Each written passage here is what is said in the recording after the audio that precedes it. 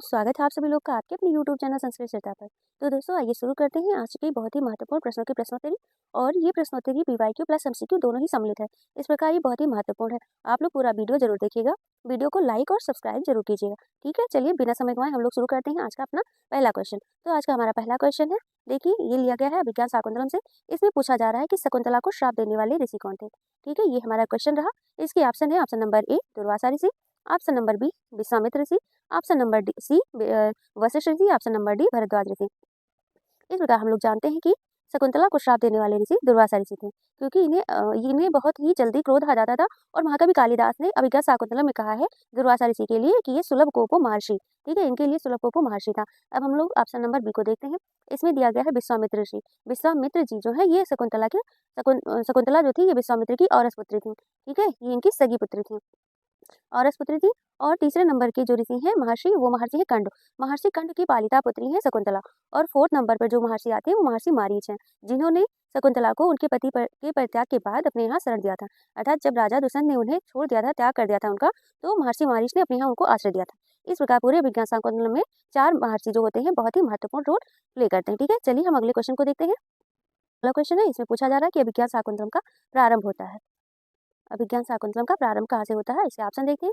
Option number ए दिया है श्लोक पाठ से, ऑप्शन नंबर बी है नांदी पाठ से, ऑप्शन नंबर सी है मंगलाचरण से, ऑप्शन नंबर डी है सूर्य की अर्चना से। ऑप्शन नंबर बी, क्योंकि अभिज्ञान शाकुंतलम में जो है नांदी है, वो भी अष्टपदा नांदी। इसमें 8 पद है, अष्टपदा नांदी है पाई जाती है। ठीक है, चलिए इस प्रकार हमारा राइट आंसर क्या रहा, हमारा राइट आंसर रहा ऑप्शन नंबर बी। अभिज्ञान शाकुंतलम का प्रारंभ जो होता है ये नांदी पाठ से प्रारंभ होता है। चलिए अगले क्वेश्चन को देखते हैं। क्वेश्चन नंबर 3 है, ये भी अभिज्ञान शाकुंतलम से लिया गया है। इसमें पूछा जा रहा है अभिज्ञान शाकुंतलम की उपजीविका का आधार क्या है। तो इसके ऑप्शन देखते हैं। ऑप्शन उपजीविका मतलब इसका ये कहाँ से लिया गया है। कुल मिला के कहना चाह रहा है कि अभिज्ञान शाकुंतलम जो नाटक बना है वो किस ग्रंथ के आधार से लिया गया है। तो इसका ऑप्शन दिया गया है option number A Ramayana, option number B Mahabharata, C Purana, या option number D Shiva Purana. तो देखिए अभिज्ञान शाकुंतलम का जो उपजीविका का आधार है ये है महाभारत। ठीक है, इस प्रकार हम लोग को पता लगा कि हमारा राइट आंसर है ऑप्शन नंबर बी।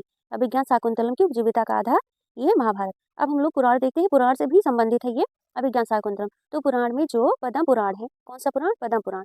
ठीक है, पद्म पुराण से संबंधित है अभिज्ञान शाकुंतलम। इस प्रकार अगर पुराण से पूछा जाएगा, इसमें महाभारत दिया गया तो महाभारत, अगर यहाँ पद्म पुराण लिखा होता तो हम दोनों को लगाते हैं यहाँ, फिर ऑप्शन में दिया होता है कि उपयुक्त दोनों। ठीक है, ए और बी ऐसे करके कुछ दिया होता। इस प्रकार अगर सिर्फ पुराण दिया गया है तब नहीं, लेकिन अगर यहाँ पद्म पुराण दिया होता तो हम लोग का राइट आंसर दोनों होता। इस प्रकार अब हमारा राइट आंसर क्या है, हमारा right answer option number B, ये महाभारत से संबंधित है। ठीक है, चलिए अगले क्वेश्चन को देखते हैं। क्वेश्चन है, इसमें पूछा जा रहा है कि मारीच ऋषि कहाँ रहते थे। ये भी कहाँ से लिया गया, ये भी विज्ञान शाकुंतलम से। इसमें पूछा जा रहा है कि जो मारीच ऋषि थे ये कहाँ रहते थे। ऑप्शन देखिए, ऑप्शन ए हेमकूट पर्वत पर, या चित्रकूट पर, या पंचवटी में, या हिमालय पर। तो इस प्रकार हम लोग अपना ऑप्शन देख लिए हैं। अब हमें हमारा राइट आंसर है, हमारा राइट आंसर है ऑप्शन नंबर ए, ये हेमकूट पर्वत पर रहते थे। कौन से ऋषि, ये महर्षि मारीच है। मारीच वही महर्षि जो दुष्यंत के द्वारा परित्यक्ता शकुंतला को अपने यहाँ आश्रय दिए थे। ठीक है, इस प्रकार हमारा right answer option number A है। चलिए अगले क्वेश्चन को देखते हैं। देखिए हमारा ये वाला क्वेश्चन है, इसमें पूछा जा रहा है कि ये जो वसुमती ही ये दुष्यंत की थी, दुष्यंत की कौन थी। ऑप्शन देखते हैं। ऑप्शन नंबर ए, क्या ये द्वितीय पटरानी थी, ऑप्शन बी है दासी थी, ऑप्शन नंबर सी है प्रथम पटरानी थी, ऑप्शन नंबर डी है परिचारिका, परिचारिका अर्थात सेविका थी। ठीक है, इस प्रकार दासी और सेविका दोनों एक ही हुआ। तो इसमें हम राइट आंसर देखेंगे कि ये जो वसुमती है ये दुष्यंत की कौन थी। तो ये दुष्यंत की द्वितीय, मतलब देखिए दुष्यंत की द्वितीय पटरानी थी। अब इनकी पहली रानी जो थी वो हंसपदिका थी। ठीक है, पहली रानी हंसपदिका, पहली रानी हंसपदिका थी। और जो द्वितीय महारानी थी ये वसुमती थी। ठीक है, और जो तीसरे नंबर पर थी ये शकुंतला थी। इस प्रकार दुष्यंत की 3 महारानियों का वर्णन मिलता है अभिज्ञान शाकुंतलम में। ठीक है, चलिए अगले क्वेश्चन पर चलते हैं। देखिए ये क्वेश्चन पूछा जा रहा है कि इसमें शकुंतला के धर्मपिता कौन थे। अभिज्ञान शाकुंतलम में शकुंतला के धर्मपिता कौन थे। Option number A Vishwamitra, option number B Vashishtha, option number C Angira, option number D Kaund ऋषि।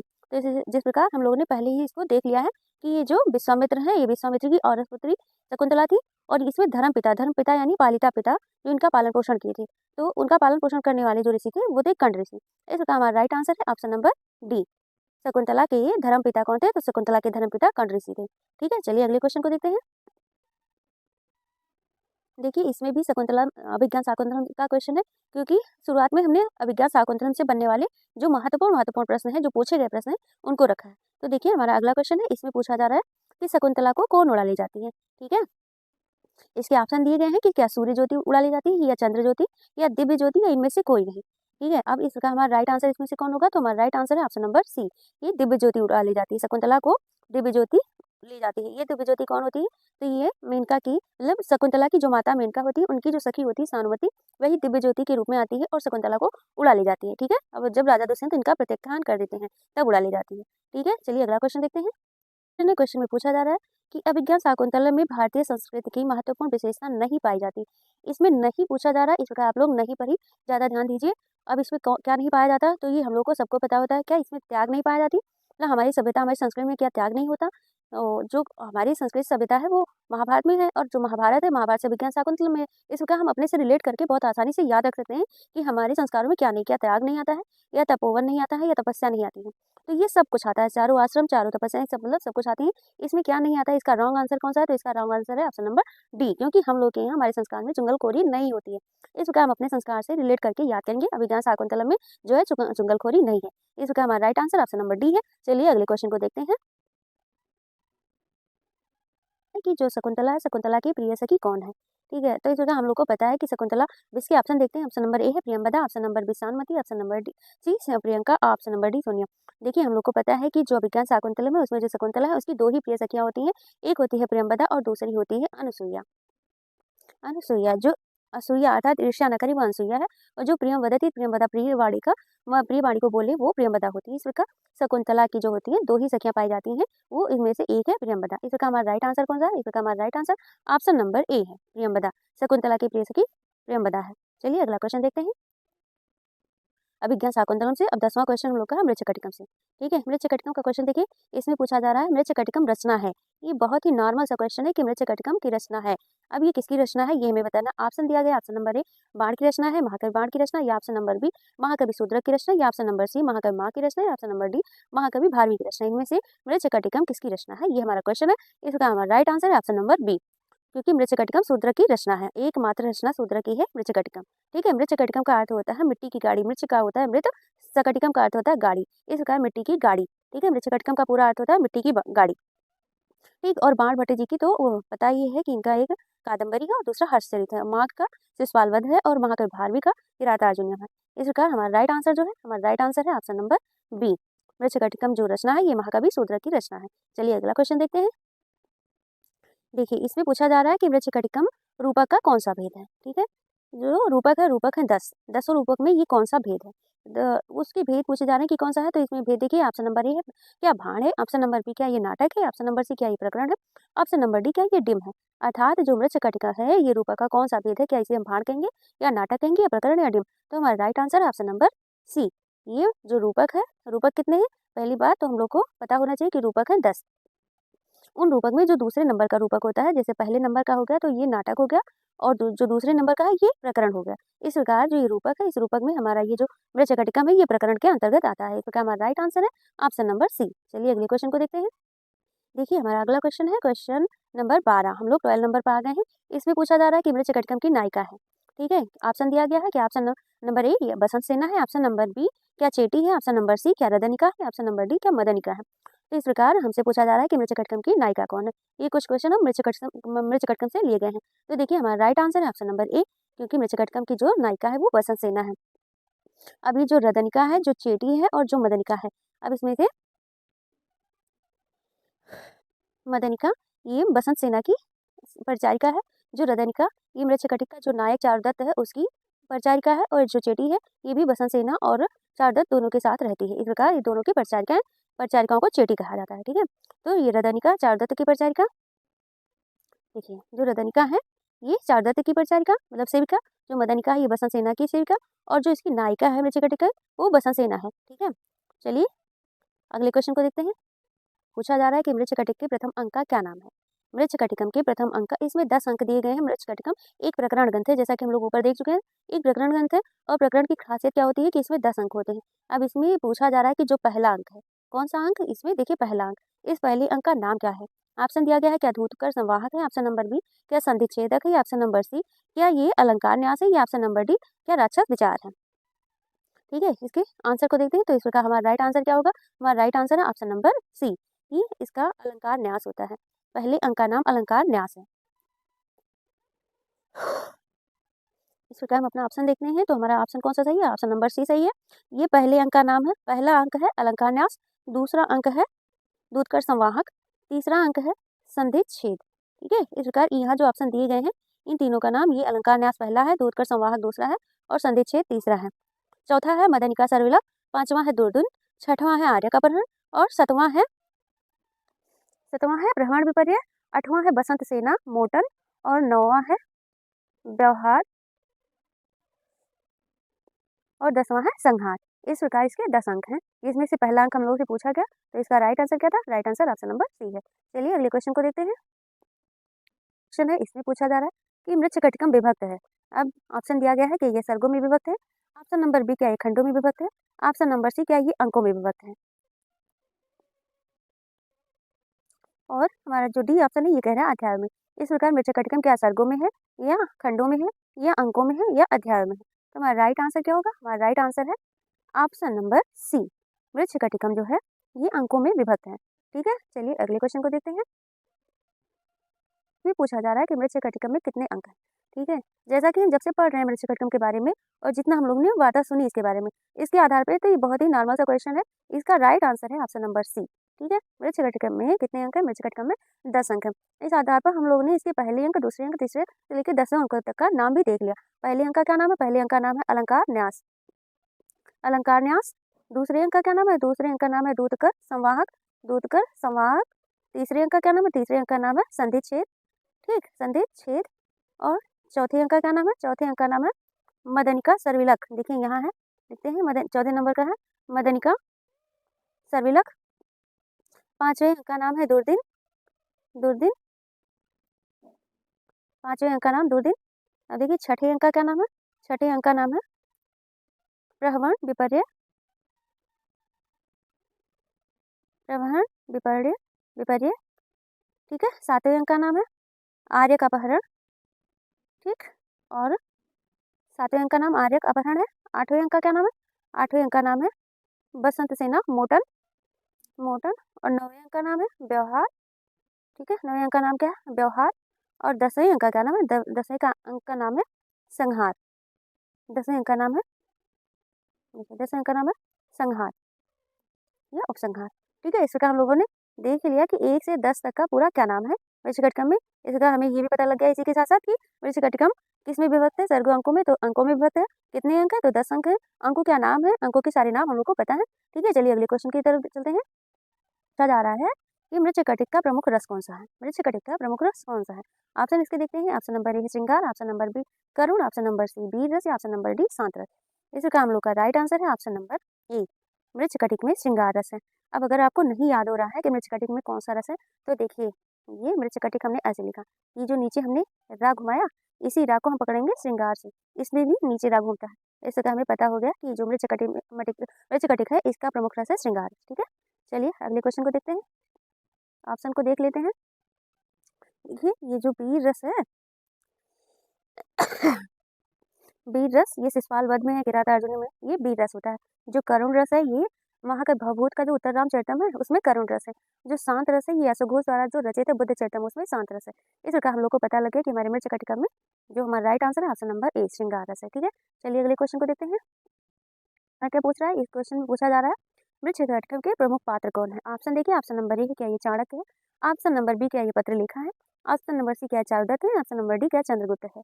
अब आइए चारों ऑप्शन को हम लोग एक बार देखते हैं और राइट आंसर जानते हैं। तो हमारा राइट आंसर है ऑप्शन नंबर सी, क्योंकि जो मृच्छकटिक का प्रमुख पात्र है ये चारुदत्त है और प्रमुख जो नायिका है वो बसंत सेना है। इस प्रकार हमें हमारा राइट आंसर मिल गया। मृच्छकटिकम का जो प्रमुख पात्र है वो चारुदत्त है। ठीक है, पत्रलेखा है, चाणक्य है और जो चंद्रगुप्त है, चंद्रगुप्त और चाणक्य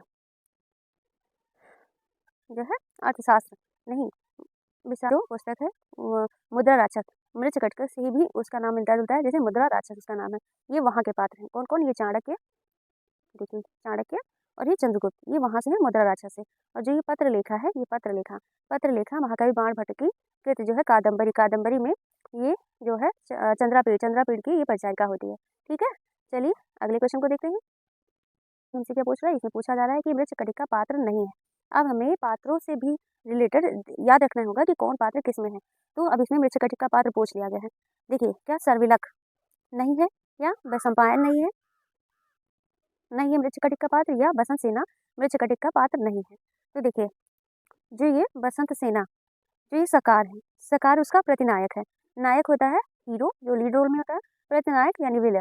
तो जो मृच्छकटिक नाटक प्रकरण ग्रंथ है, उसका जो विलन है वो सकार है, और इसकी जो नायिका यानी लीड रोल की हीरोइन, ये कौन है, ये है बसंत सेना। ठीक है, तो इस प्रकार ये दोनों तो उसमें हैं। चलते हैं, का नहीं है, देखिए ये सर्विलक है, ठीक है, और ये है वैशंपायन। तो इस प्रकार हमें पता है कि जो वैशंपायन ये कादम्बरी का एक प्रमुख पात्र है। ठीक है, इस प्रकार हमारा जो इसमें राइट आंसर पूछा जा रहा है किसमें से कौन नहीं है। अब हमें ये तो देखना होगा कि इसमें क्या पूछा जा रहा है, इसका पात्र नहीं है, तो सर्विलक भी उसका पात्र है, और पात्र जो नहीं है वो है वैशंपायन, क्योंकि ये कादम्बरी का पात्र है। इस प्रकार हमें पता लग गया कि मृच्छकटिक का पात्र कौन सा नहीं है, तो वैशंपायन नहीं है, बाकी सर्विलक है, और नीचे वसंत सेना और सकार, ये सब है। ठीक है, चलिए अगले क्वेश्चन को देखते हैं। पूछ रहा है कि मृच्छकटिक का विदूषक का नाम क्या है। जो मृच्छकटिकम है, मृच्छकटिकम प्रकरण है, उसमें जो विदूषक है, विदूषक का क्या नाम है। ऑप्शन दिया गया, ऑप्शन नंबर ए बसंतक है, ऑप्शन नंबर बी मैत्रेय है, ऑप्शन नंबर सी माधव्य है, ऑप्शन नंबर डी सकार है। इसमें से हमारा राइट आंसर क्या होगा, तो हमारा राइट आंसर है option number B.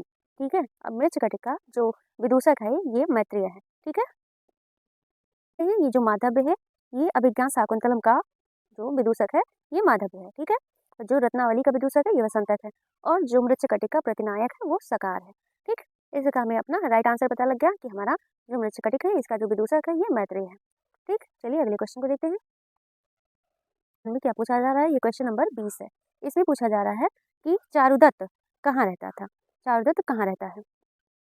Option number A Hastinapur, option number B मतलब option number C Vidisha, option number B Ujjaini, option number D Pataliputra. तो देखिए हम ऑप्शन काटेंगे, क्योंकि हस्तिनापुर नहीं, ये दुर्योधन का है, और ये जो विदिशा ये राजा शूद्र की कहानी, विदिशा से पाटलिपुत्र ये भी नहीं। इस प्रकार हमारा राइट आंसर है ऑप्शन नंबर बी, मतलब ये यहाँ सी होना चाहिए। ठीक है, इस प्रकार यहाँ सी होगा, तो हमारा राइट आंसर है ऑप्शन नंबर सी चारुदत्त। ये जो मृच्छकटिक का नायक है, लीड रोल का हीरो है, ये चारुदत्त है, और चारुदत्त कहाँ रहता है, ये उज्जैनी में रहता है, एक ब्राह्मण है। ठीक है, इस प्रकार हमें पता है कि मृच्छकटिक नाटक का जो नायक है वो ब्राह्मण है। जैसे कि 10 रूपकार साहित्यकार ने कहा है, लक्षण जो है प्रकरण ग्रंथ का लक्षण दिया गया है, उस लक्षण में बताया है कि वित्त अमात्य अथवा वणिक हो सकता है। प्रकरण का जो नायक हो सकता है वो कोई वित्त हो सकता है, कोई अमात्य हो सकता है, अथवा वणिक हो सकता है। ठीक है, इस प्रकार ये यहाँ जो हमारा नायक है ये विप्र है। तो विप्र विप्र अमात्य अथवा वणिक होता है। ठीक है, तो चारुदत्त जो है ये विप्र है। 21 है, ये पूछ रहा है कि मृच्छकटिक का नायक है। तो ये हम लोग पहले ही जान चुके हैं कि मृच्छकटिक का नायक कौन है, तो मृच्छकटिक का नायक चारुदत्त है। इसका हमारा right answer option number A है। अब ये ऑप्शन नंबर जो बी है, इसमें ये सकार ये प्रतिनायक है। ठीक, चारुदत्त नायक है, प्रतिनायक सकार है। सर्विलक, सर्विलक कौन है, सेना है। तो जो इसकी जो क्या है, नायिका, नायिका वसंत सेना की परिचारिका मदन का, ये उसका प्रेमी है, और ये ब्राह्मण भी है। बताइए, चौथे नंबर पर हमारा ऑप्शन 4 मतलब यानी डी है। इसमें क्या है, इसमें संवाहक, ये चारुदत्त का एक होता है, क्या होता है, सेवक होता है, ये चारुदत्त का सेवक है। इसका हमारा राइट आंसर कौन सा है, मृच्छकटिक का नायक कौन है, मृच्छकटिक का नायक चारुदत्त है। चलिए अगले क्वेश्चन को देखते हैं ना, ये पूछा गया है कई बार। इसमें पूछा जा रहा है कि मृच्छकटिक में श्लोकों की संख्या कितनी है। ऑप्शन ए है 375, ऑप्शन बी है 350, ऑप्शन सी है 390, ऑप्शन डी है 380। तो इसमें से कौन सा राइट आंसर होगा, हमारा राइट आंसर है ऑप्शन नंबर डी।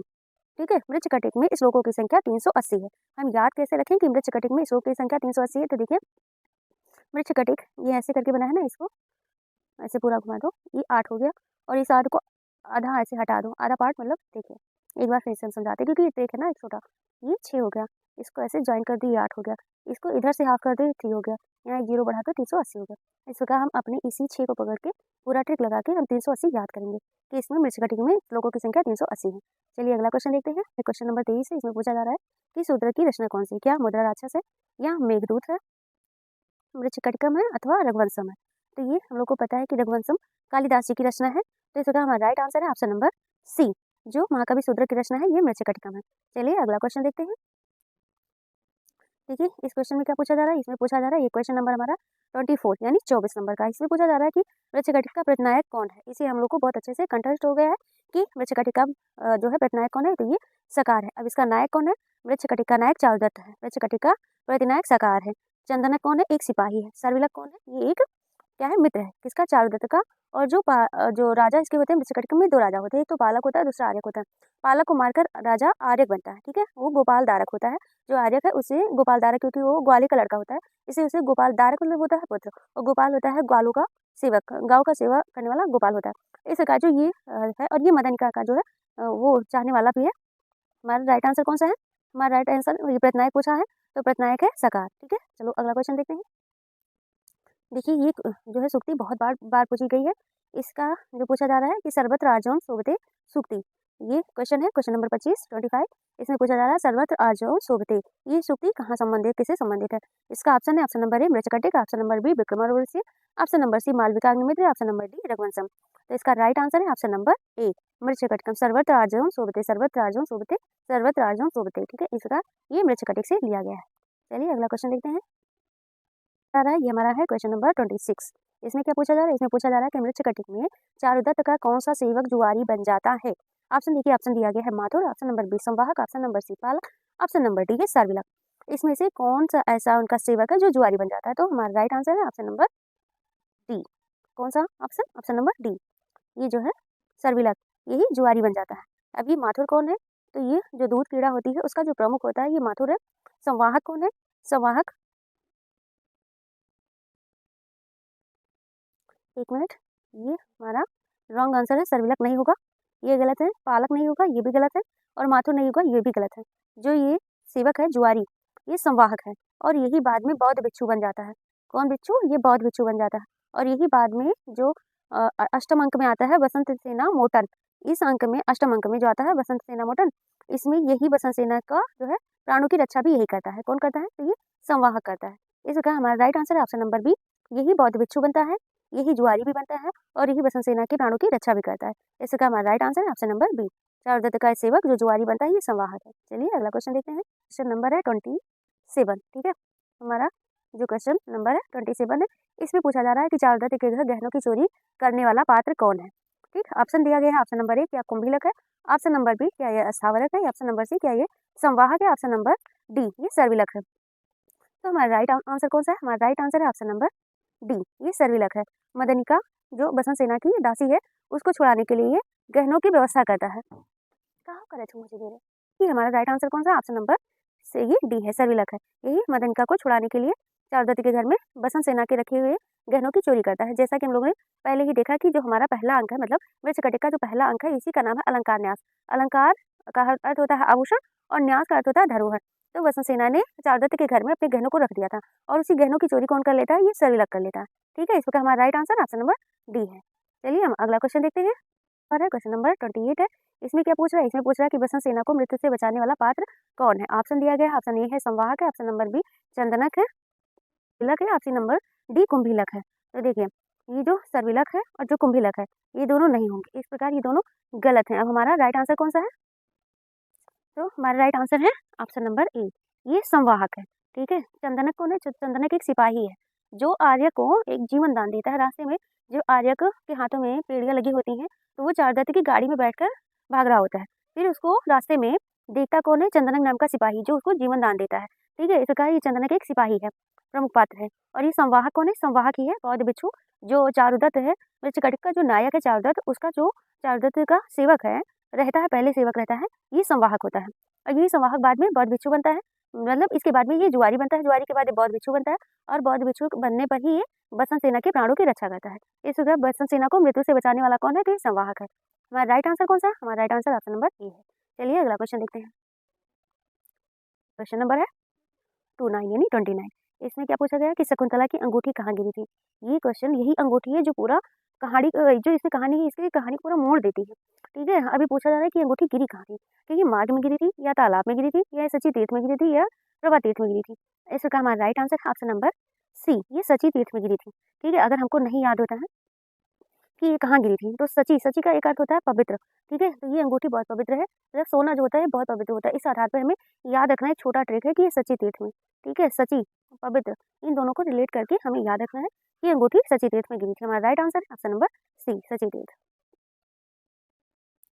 क्वेश्चन है 30 यानी 30वें क्वेश्चन पर हम लोग हैं। इसमें पूछा जा रहा है कि दुष्यंत की मना स्थिति जानने के लिए मेनका ने अपनी किस सखी को भेजा था। दुष्यंत की मना स्थिति को जानने के लिए जो कौन, मेनका, मेनका यानी शकुंतला की माँ, इन्होंने अपनी किस सखी को भेजा था।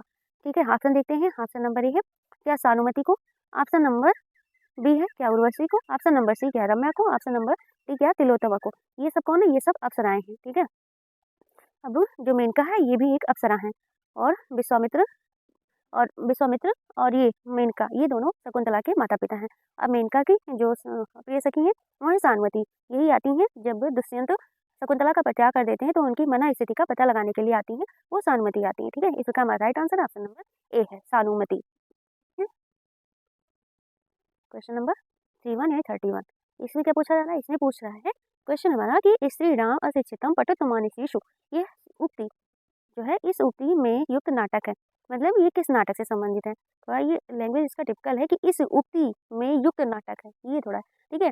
तो स्त्री नाम अशिक्षितम पटुत्वमान अमानुषी, मतलब जो स्त्रियां होती हैं वो अशिक्षित होने पर भी पटुत्व यानी चतुरता उनमें होती है। अमानुष माने मनुष्य के इतर जो ने जैसे पशु पक्षी होते हैं उनमें भी जो स्त्रियां होती हैं वो अशिक्षित यानी शिक्षा न ग्रहण करने पर भी पटुत्व यानी चालाक और चतुर दिखाई जाती है, मतलब होती है, स्वभाव से पाई जाती हैं। अमानुषी, मानुष को तो छोड़ो, अमानुष में भी जैसे पशु पक्षी आदमी भी पाई जाती हैं। तो ये पूछ रहा है कि ये उक्ति कहाँ से है। इसका ऑप्शन देखते हैं। ऑप्शन नंबर ए क्या ये उर्भंग का है, ऑप्शन नंबर ये देखिए बी मालविका अग्निमित्र का है, या ऑप्शन नंबर सी ये मेघदूत का है, option number D Abhijnana Shakuntalam का है। तो इसका हम लोग को पता है कि ये हमारा जो सूक्ति है महत्वपूर्ण, ये अभिज्ञान शाकुंतलम से लिया गया है। तो ये कहा किसने है, तो ये दुष्यंत ने कहा। कब कहा, जब शकुंतला आती है गौतमी के साथ और सारंग तथा सारंग दत्त के साथ 5वें अंक में, चतुर्थ अंक में, जब शकुंतला की विदाई हो जाती है और वो हस्तिनापुर आती है अपने पति दुष्यंत के पास, तो दुष्यंत उन्हें पहचान नहीं पाता है श्राप के कारण, जो श्राप दुर्वासा ऋषि ने दिया था। और जब दुष्यंत पहचान नहीं पाता है उसी में वो कहते हैं एक अपना स्त्रियाँ होती हैं उन्हें शकुंतला की बातों पर विश्वास नहीं होता, और जो गौतमी माता होती है उनकी बातों में विश्वास नहीं होता। तब वो कहते हैं कि जो स्त्रियाँ होती हैं वो बिना किसी शिक्षा ग्रहण के, मतलब अशिक्षित होने पर भी पटुत यानी चालाक होती हैं, अमानुष यानी जो मनुष्य की प्रवृत्ति से इतर है, पशु पक्षी आदि उनमें भी ये गुण पाया जाता है। तो फिर आप लोग तो देवी जो शकुंतला है और जो माता गौतमी, ये दोनों लोग तो शिक्षित होती है, मतलब ये आश्रम में रहने वाली है तथा ये शिक्षा को ग्रहण करने वाली है, शिक्षा ग्रहण की हुई है। इस प्रकार ये दोनों तो और ही चालाक होंगी, ये दोनों तो अपनी बात बनाने में और ही निपुण होंगी। ठीक है, कुल मिला के कहने का ये आशय था दुष्यंत का। तो इस प्रकार हमको पता लगा कि उक्ति जो है ये दुष्यंत की उक्ति हो गई, और ये लिया गया कहाँ से, तो ये लिया गया है अभिज्ञान शाकुंतलम से। ठीक है, हमारा right answer option number D Abhijnana Shakuntalam. चलिए अगला श्लोक मतलब अगले क्वेश्चन को देखते हैं। देखिए ये हमारा क्वेश्चन है क्वेश्चन नंबर 32। इसमें क्या पूछ रहा है, इसमें पूछा जा रहा है कि अंतः परीक्ष कर्तव्यम, अंतः परीक्ष कर्तव्यम विशेषाद संगतम रहा, अभिज्ञान शाकुंतलम की यह उक्ति किसकी है। अब इसमें ये पूछा जा रहा है कि ये उक्ति जो अंतः परीक्ष कर्तव्यम विशेषतम संगतम रहा, ये उक्ति किसने कही है। ऑप्शन दिया गया है, ऑप्शन नंबर ए क्या ये कंड की उक्ति है, ऑप्शन नंबर बी क्या ये मारीच की उक्ति है, काहे खड़खड़ावे तो कोई क्या ये दुष्यंत की उक्ति है, ऑप्शन नंबर डी क्या है सारंगरों की उक्ति है। ठीक है, अब इसे हमें बताना है कि इसमें ये उक्ति किसकी है। तो ये राइट आंसर इसका है ऑप्शन नंबर डी, ये सारंगरों की उक्ति है। ठीक है, अब इसका अर्थ जानने का हम प्रयास करेंगे, ये कहना क्या चाह रहा है। तो जब दुष्यंत शकुंतला का प्रत्याख्यान कर देते हैं तो ये सारंग किसको समझाता है, शकुंतला को समझाता है। क्या समझाता है, कहता है कि अंतः परीक्ष कर्तव्यम विशेषम संगतम रहा, जो विशेष संगतियाँ की जाती हैं वो अंतः परीक्ष अपने अंतर शस्त्र को पहले, मतलब जो हमारा ये कुछ संबंध होता है उसे हमें अच्छी तरह से जांच परख कर ही कर लेना चाहिए। जो विशेष संगतियाँ होती हैं, ठीक है, अंतः परीक्ष अपने अंतर को अच्छी प्रकार से जांच परख लेना चाहिए, फिर कर्तव्य वो कर्म करना चाहिए, विशेषता जो विशेष प्रकार की संगतियाँ विशेष प्रकार की संगतियों के लिए। ठीक है, इस प्रकार ये उक्ति किसकी है, ये है सारंग की उक्ति। ठीक है, चलिए अगला क्वेश्चन देखते हैं। 33 है, ये बहुत ही महत्वपूर्ण सूक्ति है, ये अभिज्ञान शाकुंतलम की सूक्ति है। कभी मतलब इसमें पूछा भी गया है कि ये कहाँ से लिया गया है, तो ये अभिज्ञान शाकुंतलम की सूक्ति है। इसमें क्या पूछा गया है, ये कई बार आया हुआ क्वेश्चन। देखिए ये पूछा जा रहा है कि अपरितोषाद विदुषाम न साधु मन्ये प्रयोग अभिज्ञानम, यह सूक्ति किस ग्रंथ में पाई जाती है। ऑप्शन है उत्तरांचरितम, महाभारत, या अभिज्ञान शाकुंतलम या रामायण। तो हम लोग को जैसा पता है कि हमारा पाया जाता है अभिज्ञान शाकुंतलम, इसका हमारा राइट आंसर कौन सा है, राइट आंसर है ऑप्शन नंबर सी, धार की होती है।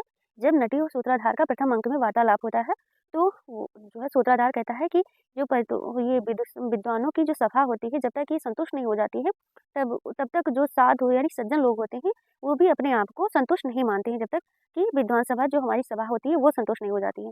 ठीक, जब तक संतुष्ट नहीं हो जाते विदुषाम न साधु बने, तब तक अच्छा नहीं माना जाता प्रयोग अभिज्ञानम, क्योंकि हमारा कुछ भी किया हुआ तब तक हमें मतलब जब तक वो संतुष्ट नहीं हो जाते तब तक हम उसे सही रूप में स्वीकार नहीं करते। ठीक है, फिर चाहे आप कितने भी निपुण हो, कितने भी कुशल हो, लेकिन जब हमारी जो सभा है वो संतुष्ट होगी तब उसे सज्जन लोग अच्छा मानते हैं। ठीक है, चलिए अगला क्वेश्चन देखते हैं। देखिए ये हमारा अगला क्वेश्चन है, इसमें क्या पूछा जा रहा है, अर्थ ही कन्या परकीय एव। किस नाटक से ये श्लोक चरणबद्ध है, कि ये विज्ञान शाकुंतलम से, विक्रमोर्वशीय से, या उत्तर रामचरितम से, या मुद्रा राक्षा से। तो ये किस ग्रंथ से लिया गया है, अर्थ ही कन्या परकीय एव। ये है ऑप्शन नंबर ए, ये विज्ञान शाकुंतलम से है, लिया गया है। और ये उक्ति किसकी है, तो ये उक्ति है महर्षि कंड की उक्ति। कब की उक्ति है, किस प्रसंग से, तो जब ये शकुंतला की विदाई होती है, चतुर्थ अंक की उक्ति है। ठीक है, चलिए अगला क्वेश्चन देखते हैं। सिंपल सा क्वेश्चन, क्वेश्चन नंबर 35। इसमें पूछा जा रहा है कि अभिज्ञान शाकुंतलम का अंगी रस कौन सा है। ठीक है, ऑप्शन नंबर ए श्रृंगार, ऑप्शन नंबर बी करुण, ऑप्शन नंबर सी अद्भुत, या ऑप्शन नंबर डी हास्य। तो देखिए जो अंगी रस पूछा जा रहा है, दो प्रकार के रस होते हैं, एक होता है अंग रस, दूसरा होता है अंगी रस। तो जो मेन रस होता है उसे अंगी रस कहते हैं। इसका हमारा राइट आंसर होता है ऑप्शन नंबर ए। अभिज्ञान शाकुंतलम का जो अंगी रस है ये क्या है, ये श्रृंगार रस है। बाकी जो अंग रस होता है यानी सपोर्टिंग में जो आता है रस, वो कौन सा, वो सब हो सकता है, करुण भी होगा, ठीक है, वो अद्भुत भी होगा, वो हास्य भी होगा, लेकिन जो मेन होता है प्रमुख रस होता है, वो प्रमुख रस कौन है, ये श्रृंगार है। इसका हमारा अंगी रस, कभी अंग रस पूछ लेगा, कभी अंगी रस, अधिकतर अक्सर अंगी रस ही पूछता है, तो इसलिए हमें दोनों ही जानना होगा कि पूछ क्या रहा है। ठीक है, चलिए अगला क्वेश्चन देखते हैं।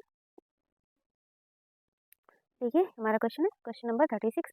इसमें क्या पूछा रहा है, इसमें पूछा जा रहा है कि शकुंतला और दुष्यंत का जो विवाह हुआ था, ये किस प्रकार का विवाह था। अब ऑप्शन देखिए, ऑप्शन नंबर ए, ऑप्शन नंबर ए कह रहा है प्रजापति विवाह, ऑप्शन नंबर बी असुर विवाह, ऑप्शन नंबर सी गंधर्व विवाह, ऑप्शन नंबर डी दैव विवाह। देखिए जो हमारी संस्कृति, हमारे पुराण जैसे मनुस्मृति और स्मृतियाँ आदि इन सब में पाया जाता है कि जो विवाह होते हैं, विवाह 8 प्रकार के होते हैं। कितने प्रकार के होते हैं, विवाह 8 प्रकार के होते हैं। ठीक है, अब इस कैटेगरी में से पूछ रहा है कि ये जो शकुंतला और दुष्यंत का विवाह है, ये किस प्रकार का था। तो ये विवाह था, हमारा राइट आंसर है ऑप्शन नंबर सी, जो शकुंतला और दुष्यंत ने किया था, ये गंधर्व विवाह होता है। ठीक है, आज के जमाने का लव मैरिज और उस जमाने में इसे गंधर्व कहा जाता था। इस प्रकार राइट आंसर है ऑप्शन नंबर सी, शकुंतला और दुष्यंत की शादी गंधर्व विधि से हुई थी। ठीक है, चलिए अगला क्वेश्चन देखते हैं। देखिए हमारा क्वेश्चन है क्वेश्चन नंबर 37। इसमें क्या पूछ रहा है, इसमें पूछ रहा है कि विज्ञान शाकुंतलम के किस अंक में विस्कंभक समाप्त होता है, किस अंक में विस्कंभक समाप्त होता है, क्या द्वितीय अंक में, या तृतीय अंक में, या चतुर्थ अंक में, या पंचम अंक में।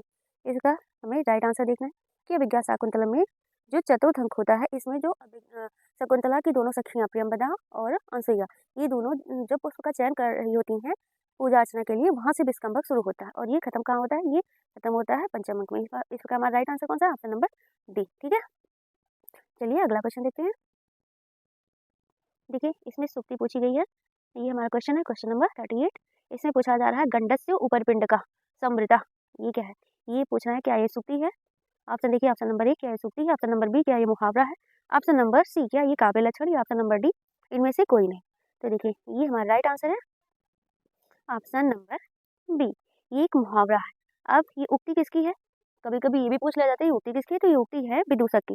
किसकी उक्ति है, तो ये विदूषक की। ठीक है, ये कहता कहाँ है, किस प्रसंग में, तो ये जब दुष्यंत, राजा दुष्यंत शकुंतला को देखते हैं खंडवाश्रम में, और फिर उसी के बारे में रात दिन विचार मतलब मना स्थिति उनकी वही रहती है, उसी की सोच में रहते हैं तब, और विदूषक को बता भी देते हैं कि शकुंतला है बहुत सुंदर है।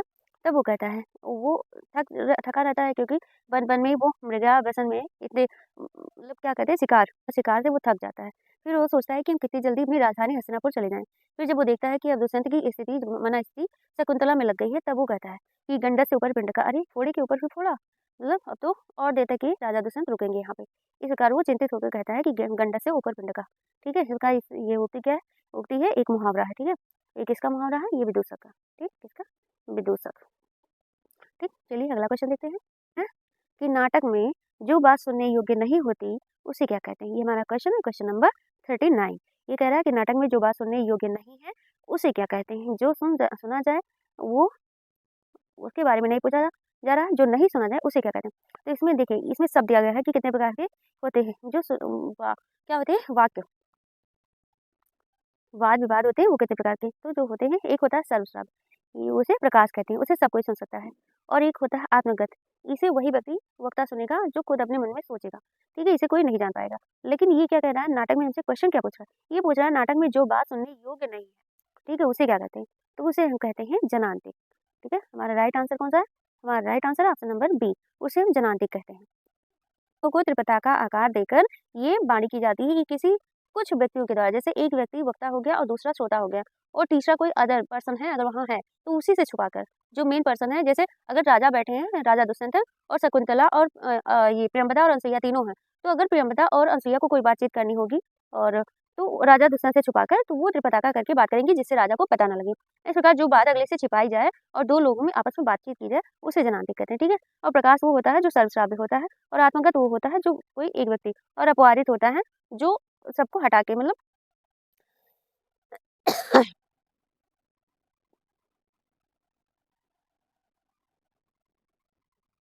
चलिए, अगर कहीं कोई दिक्कत मतलब हमसे कोई गलती हो रही हो, हम कहीं कोई आंसर गलत अगर कर रहे हो तो आप लोग बताइएगा, क्योंकि हो सकता है कहीं कोई मिस्टेक हो गई हो, बताइएगा। ठीक है, चलिए अगला क्वेश्चन देखते हैं। क्वेश्चन की संख्या है 40वें नंबर का क्वेश्चन है।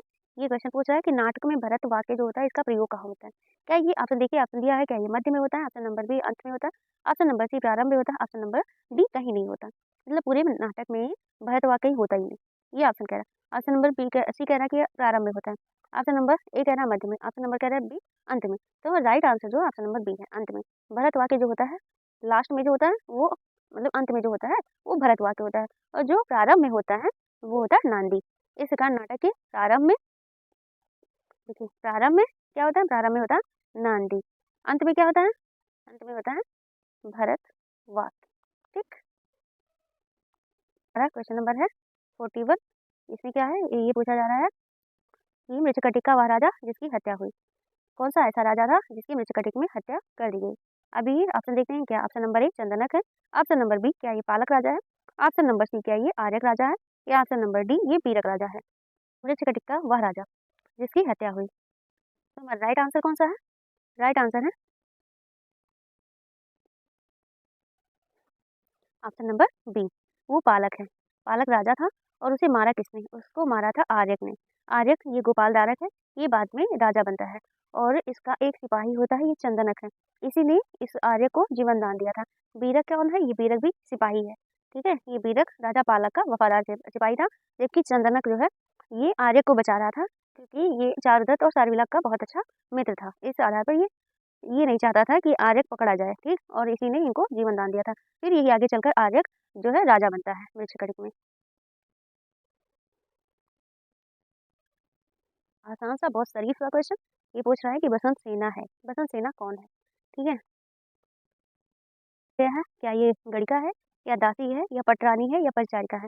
तो ये परिचारिका नहीं है, ये पटरानी नहीं है, ये दासी नहीं है। इसका हमारा राइट आंसर ऑप्शन नंबर ए, ये उज्जैनी के एक बहुत ही प्रसिद्ध गणिका है और चारुदत्त जो नायक है उसकी प्रेयसी भी है। और अंत में मृच्छकटिक की कथा जब अंत होती है उसमें वो चारुदत्त की पत्नी भी बन जाती है तथा उनके पुत्र का नाम रोहसेन होता है। और ये चारुदत्त की दूसरी पत्नी होती है जो एक उज्जैनी की प्रसिद्ध गणिका होती है जिसका नाम बसंत सेना है। ठीक है, चलिए अगला क्वेश्चन देखते हैं।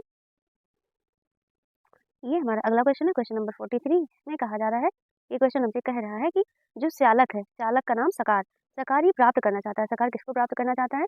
अब ऑप्शन दिया गया, ऑप्शन नंबर ए क्या ये बसंत सेना को प्राप्त करना चाहता है, या रदनिका को? ऑप्शन नंबर बी में है ऑप्शन नंबर सी मदनिका, या ऑप्शन नंबर डी आरिका। इस प्रकार जो ये सकार है, सकार मतलब जो विलन यानी जो प्रतिनायक है, कुल मिला के जो मृच्छकटिक का प्रतिनायक है,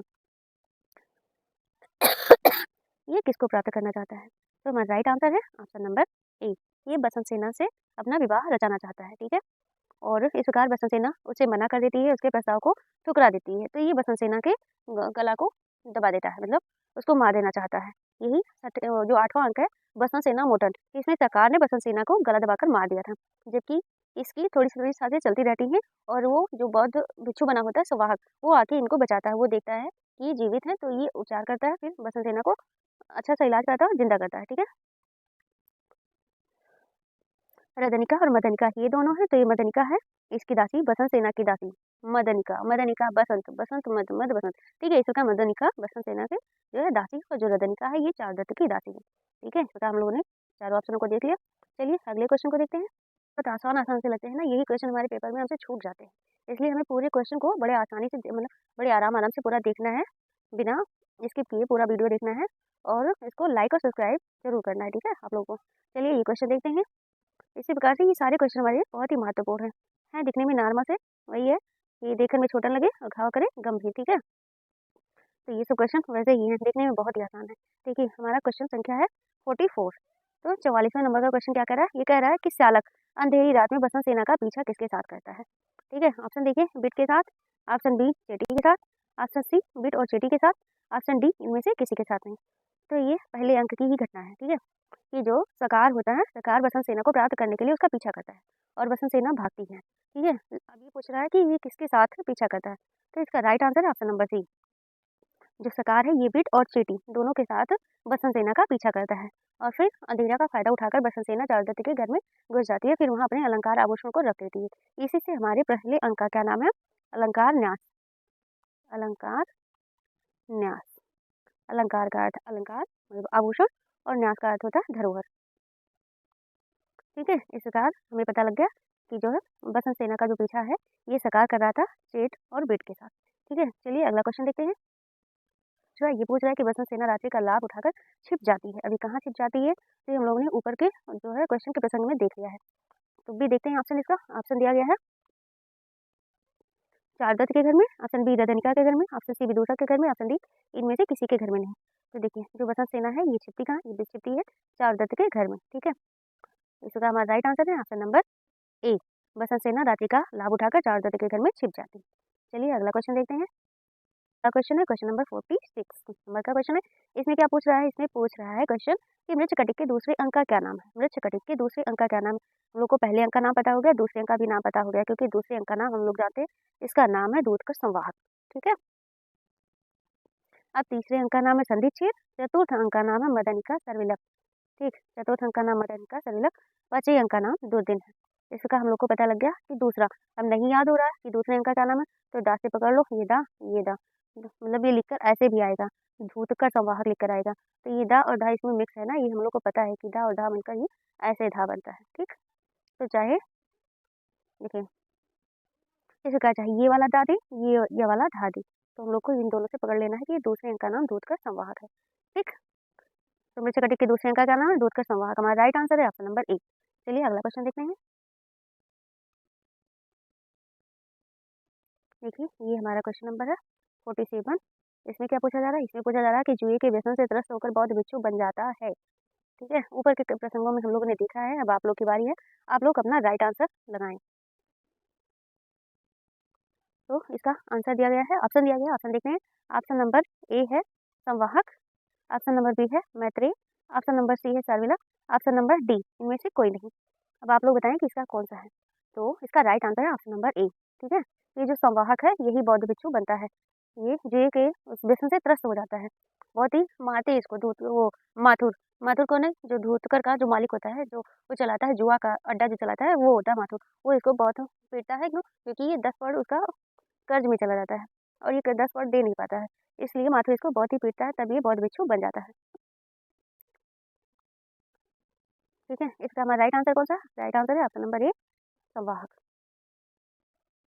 क्वेश्चन नंबर 48, इसमें क्या पूछा जा रहा है, इसमें पूछा जा रहा है कि जो चारुदत्त है इसकी पत्नी कौन है। ऑप्शन दिया गया है, option number A Dhuta, option number B Ratanika, option number C Madanika, option number D इनमें से कोई नहीं, ठीक है। अगर जिसको कुछ ना आए वो लगा दो डी, देखिए ये रॉन्ग है, ठीक।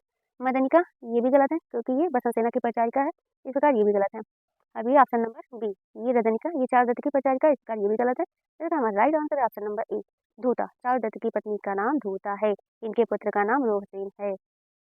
हमारा अगला क्वेश्चन है क्वेश्चन नंबर 49 क्वेश्चन हमसे कह रहा है कि बसंत सेना का गला जो है गोद किसने दिया था, गला गोद किसने दिया था, मतलब बसंत सेना मोटन जो होता है 8वें अंक का नाम हम आप लोग को बार बार बता के याद दिला रहे हैं कि कौन से अंक का क्या नाम है, ठीक है। 2 दिन है 5वें अंक का नाम, इसका 8वें अंक का नाम बसंत सेना मोटन है, जो उसका गला दबा देता है और वो मर जाती है, पूरी मरी नहीं होती। इस प्रकार ही पूछा जा रहा है कि कौन करता है इस तरह का। Option A Sakar, option B Charudatta, option C Maitreya, option D इनमें से कोई नहीं। तो देखिए चारुदत्त तो करने से रहा क्योंकि वो उसकी प्रेयसी के बाद में उसकी पत्नी बन जाएगी, ठीक। इस प्रकार हमारा ये आंसर कट गया। मैत्रेय ये कौन है, ये है विदूषक, इस प्रकार ये भी कट गया, इनमें से कोई ये होगा नहीं क्योंकि ये सही घटना है, सत्य घटना है, तो इस प्रकार इसमें कोई ना कोई तो होगा ही।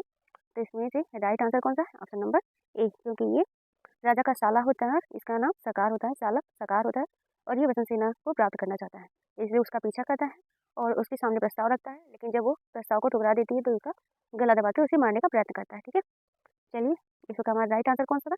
Right answer option number A है। वसंत सेना का गला घोट देता है, वो सकार होता है। ठीक, चलिए अगला क्वेश्चन देखते हैं।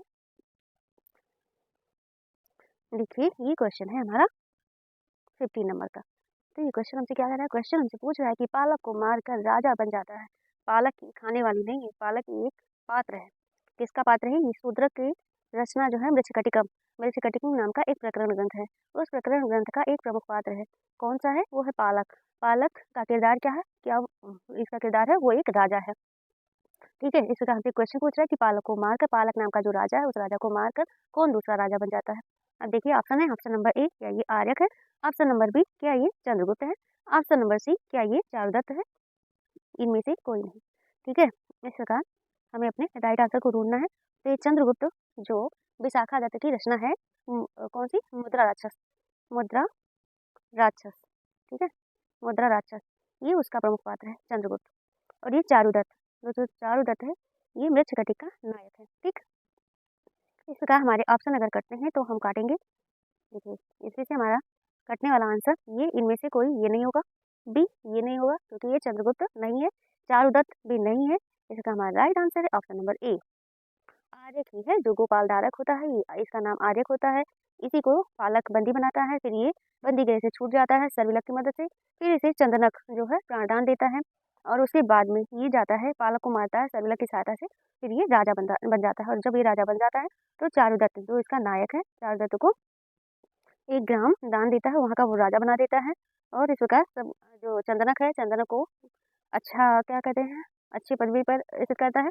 इस प्रकार इसके साथ जो जो अच्छा क्या होता है उस सबको वो अच्छे अच्छे स्थान पर जो है देता, अच्छा स्थान प्रदान करता है। तो हमारा राइट आंसर है ये हमारा चारुदत्त नहीं है, ये हमारा राइट आंसर ऑप्शन नंबर ए आर्यक। पालक को मारकर राजा बनता है आर्यक।